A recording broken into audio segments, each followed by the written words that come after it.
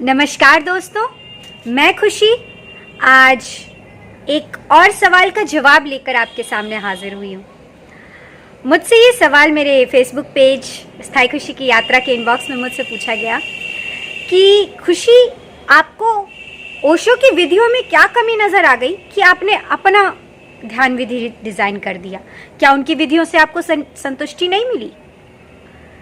अब ये जो क्वेश्चन मुझसे पूछा गया, ये सच में एक सवाल के रूप में पूछा गया या मेरे ऊपर कमेंट करने के लिए पूछा गया, किसी गुस्से से पूछा गया कि तुमने ध्यान विधि डिज़ाइन क्यों की अपनी, ओशो की विधियों में तुमको क्यों खोट नज़र आई?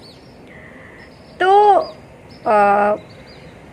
मैं इसका जवाब ये देना चाहूँगी कि ओशो से मेरा लगाव, मेरा प्रेम इसलिए है क्योंकि वो ये नहीं कहते कि जो मैं कहता हूँ उसको मान लो।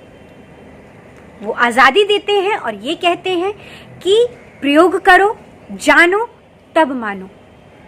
जो स्वतंत्रता है उनकी उपदेशों में, उस स्वतंत्रता की वजह से मेरा लगाव उनकी तरफ है। अब बात आती है कि मैंने नई ध्यान विधि क्यों डिज़ाइन की। मैंने अपने लिए डिज़ाइन की। जब भी मैंने ध्यान विधि डिज़ाइन की, मैंने ये सोच के डिज़ाइन नहीं की कि मुझे और लोगों को भी बांटनी है या और लोगों को कुछ बताना है। मैंने अपने लिए डिज़ाइन की क्योंकि मैं ये देख रही थी कि मेरा मन जो है वो बहुत चंट है। क्या होता था कि शुरुआत में तो ठीक था, मेरी शुरुआत जो हुई वो विपस्सना से हुई, है ना, और धीरे धीरे और विधियाँ मैंने ओशो की विधियाँ अपनाई, तो मैंने उससे मेरी शुरुआत हुई। लेकिन एक समय में आकर जब मुझे ऐसा लगा कि मेरी गति अटक गई है और मैंने ये गौर किया कि कहाँ अटक रही है, तो मैंने ये देखा कि मेरा मन है एक नंबर का चंट। होता क्या है कि कोई भी विधि, ध्यान विधि जब मैं करती हूँ तो 1-2 मिनट तक तो मन जो है शांत होने की कोशिश करता है, शांत रहता है, और उसके बाद जो है वो उसके साथ, उस विधि के साथ अपना तादात्म्य बिठा लेता है। मतलब ध्यान भी चल रहा है और विचार भी चल रहा है। सक्रिय ध्यान में भी, डायनेमिक हो या फिर जो नादभ्रम है उन सब में भी, मतलब इतना कुशल है मेरा जो विचार है, जो दिमाग है वो इतना ज़्यादा कुशल है कि सबके साथ तादाद में बिठा के, भाई तुम अपना करते रहो, हम अपना करते रहेंगे। रुकता ही नहीं था, शांति विश्राम ही नहीं पाता था। और अगर वो विश्राम नहीं पाएगा थोड़ा सा भी, तो परमानंद को कहाँ जगह मिलेगी कि वो अटके बूंद भी दे मुझे, कैसे उनको जगह मिलेगी? तो मुझे ऐसी ध्यान डिज़ाइन करने की इच्छा हुई कि जहाँ पर जो विधि है वो लगातार एक जैसी ना चले, मोनोटोनस ना चले, क्योंकि जब मोनोटोनस चलती है तो उसके साथ जो है वो रिलेशन बिठा लेता है कि ऐसे ऐसे विधि चलेगी और ऐसे ऐसे हम भी चलेंगे, विचार जो है मेरे। तो मैंने फिर कोशिश की, बहुत खोज की, सारे ध्यान को देखा और फिर ऑब्जर्व किया और फिर प्रयोग किए। कुछ सफोकेशन हुई, कुछ प्रॉब्लम्स भी हुई, बहुत दिन लगे मुझे, और फिर मैंने 4-5 मेडिटेशंस को लेकर उनमें एडिट और ये सब करके, और मुझे ये समझ में आया कि एक ऐसा मैंने ध्यान डिज़ाइन किया जिसमें हर थोड़ी देर पर चेंज होता है। वो लगातार एक जैसा नहीं चलेगा, तुरंत ये, फिर तुरंत वो, फिर तुरंत वो। उससे क्या है कि मन को एडजस्ट करने का टाइम नहीं मिलेगा। सफोकेशन होता है शुरू में उसमें बहुत, क्योंकि तुरंत चेंज होता है। तो दिमाग सोचता है कि हम चले तो चले कैसे, तो थोड़ा सफोकेशन पैदा होता है। उसको तो आदत है लगातार चलते रहने की, वो एकदम से रुकता है तो थोड़ा सफोकेशन होता है। लेकिन वो जो शांति देता है धीरे धीरे जब मैं उसके साथ एडजस्ट कर गई हूँ, तो वो जो मेरे को सुकून देता है वो आज तक किसी ध्यान विधि से मुझे नहीं मिला।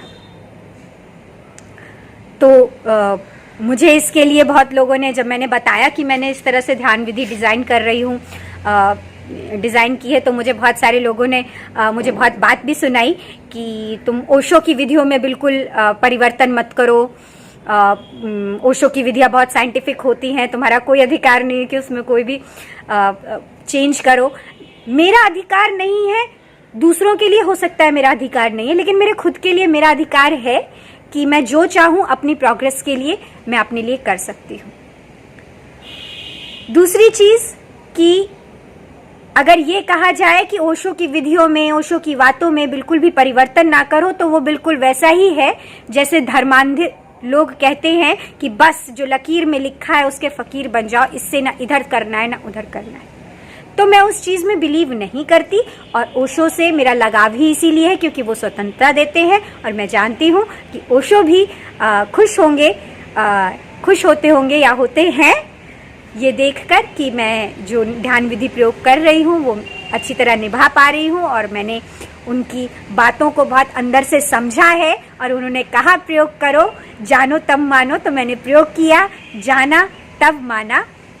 और ऐसा नहीं है कि मैं एकदम उतारू हूँ कि मैं तुरंत उसको बांट दूँ, किसी को दे दूँ। मैं खुद लोगों से कहती हूँ कि मैं इस पर अभी काम कर रही हूँ, जिस दिन मैं एकदम श्योर हो जाऊँगी कि मैं इसको किसी के साथ बांट सकती हूँ, उसी दिन मैं बांटूंगी।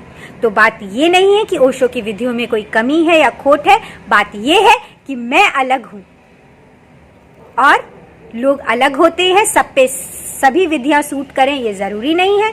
मैंने अपने लिए कुछ डिज़ाइन किया, मुझे फ़ायदा हुआ, तो अगर मुझे ऐसा लगेगा कि ये मुझे शेयर करना चाहिए, मैं शेयर करूंगी। लोग अपनी मर्जी से, अपनी रिस्क पर वो अपना के देखेंगे, उन्हें फ़ायदा हुआ तो ठीक, नहीं हुआ तो भी ठीक, नहीं अपनाना चाहेंगे तो भी कोई ज़बरदस्ती नहीं है ना। तो इसलिए आप परेशान मत होइए।